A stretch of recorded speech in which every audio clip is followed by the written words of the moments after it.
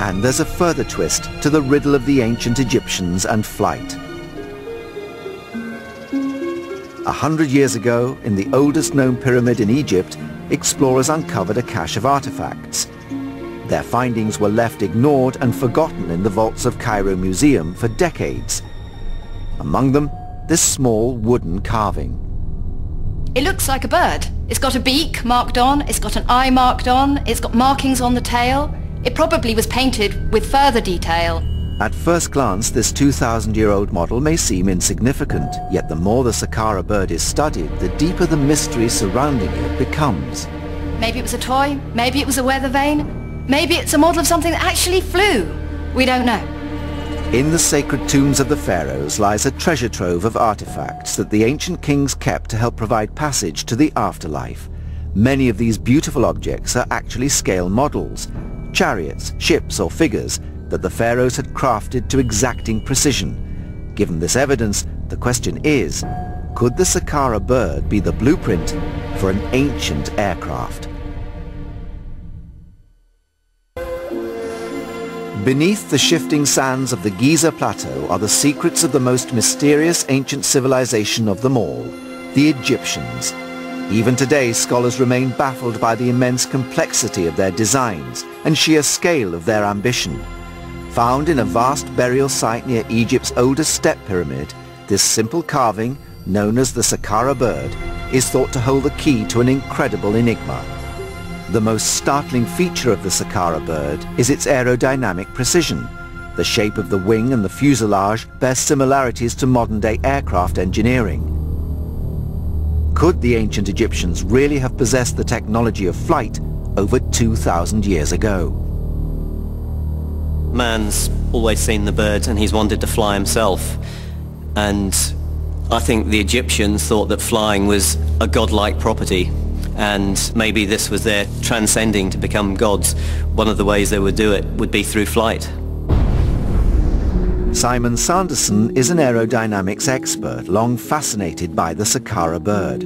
By using the latest scientific techniques, he hopes to find out if the ancient Egyptians developed a model for a full-size flying machine. Employing cutting-edge technology developed by the University of Liverpool, he will conduct the ultimate flying test. The top of the wing is curved on both the leading and the trailing edge, which is not quite the same as a modern-day wing, but as a shape that will give some type of aerodynamic properties. Theory after theory has sought to demystify the Saqqara bird. Now state-of-the-art science will seek to crack it once and for all. The Saqqara bird has provoked this fascinating discussion as to whether the ancient Egyptians did actually know how to fly. After painstaking 3D analysis, Simon and his team begin to construct a model of the Saqqara bird.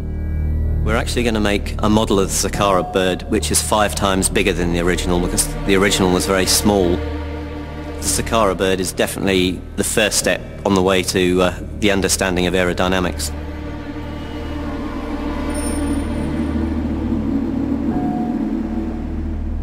Here in Manchester, at one of the world's leading aeronautics research institutes, Simon prepares to subject the model to a series of scientific tests. This groundbreaking analysis will at last reveal the secrets of the Saqqara bird's aerodynamics. Using this high-tech wind tunnel, the team builds a complete picture of how the ancient wooden carving would have reacted had it ever flown. By introducing smoke into the tunnel, the team can see clearly whether the model has the aerodynamic properties of flight. Over 20 miles an hour. We're running the glider at a constant speed, slowly increasing the angle of attack and then measuring the forces which it's producing. That way we can learn about its flight characteristics. The results are promising. At 10 degrees we're producing about a couple of newtons of lift.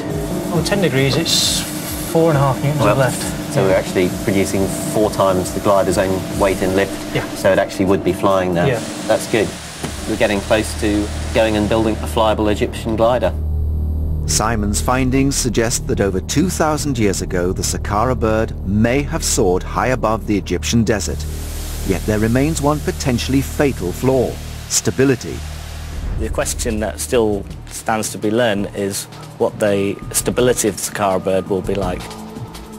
To crack this new challenge, Simon takes the model to the University of Liverpool, where it must face the same trials as a modern fighter jet.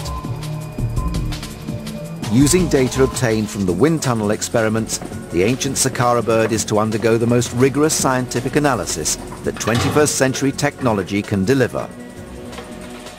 If the model fails the test, the theory that the ancient Egyptians conquered flight will collapse. Ready to go? Yep, ready for the test.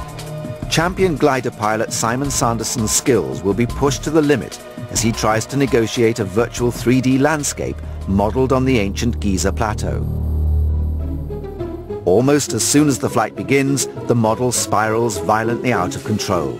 Simon is left powerless as the Saqqara bird swings wildly and plummets like a stone. Completely loses it straight away. The simulator shows the Saqqara bird to be terminally unstable. It's collision with the pyramid, so I'm going to take control. I have. Because we haven't got a tailplane on this glider, we have no pitch control. It dives down, rolls over, and then just spirals into the ground. This fundamental flaw leaves the theory that the Saqqara bird flew hanging in the balance. When an aircraft is flying along, if it's disturbed by the wind or if you're controlling it in any way, you need the tail to keep it on the straight and level. I mean, if you pitch up and there's nothing to stop you or bring you back down, you're just going to keep going up and up and up and stall. Without a tailplane, it makes it very, very difficult for aircraft to fly. But what if the Saqqara bird did in fact once have a tailplane? At the rear of the carving, a segment has broken away at precisely the point where a tailplane would have been fitted. Back at the wind tunnel, Simon and his engineers make the crucial adjustments to the model. With the tailplane added, the revamped Saqqara bird produces a completely new set of aerodynamic data. No one knows if the modifications will be enough to save the Saqqara bird from once again coming crashing down to Earth. Feeding this new data into the flight simulator, Simon will carry out the final test flight of the Saqqara bird. These last few minutes will determine whether his mission ends in success or failure.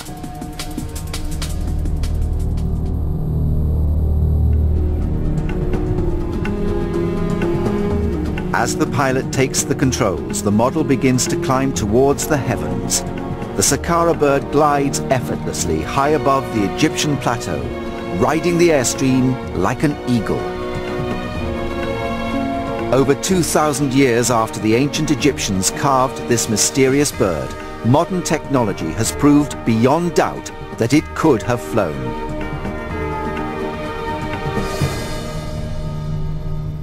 It was incredible. And the Egyptians had very sophisticated knowledge in other areas, so why not in aerodynamics as well? There remains another unanswered question. Could the Egyptians have stumbled unwittingly upon a brilliant design, never realizing its incredible aerodynamic properties? The ancient Egyptians had this model and held it out in the wind, which is probably their equivalent of a modern-day wind tunnel. They would have felt that it had lift, and they'd have definitely looked as to why it produced lift.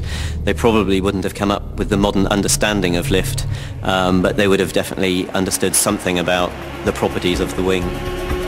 Our discoveries of the ancient world's secrets have transformed our understanding of how aeroplanes, trains and automobiles first came into being. Does modern man take too much credit for pushing the boundaries of engineering? Are we merely reinventing the work of the ancients? If we are just at the tip of the iceberg of how the ancient world really worked, what new inventions remain hidden, ready to rewrite their history?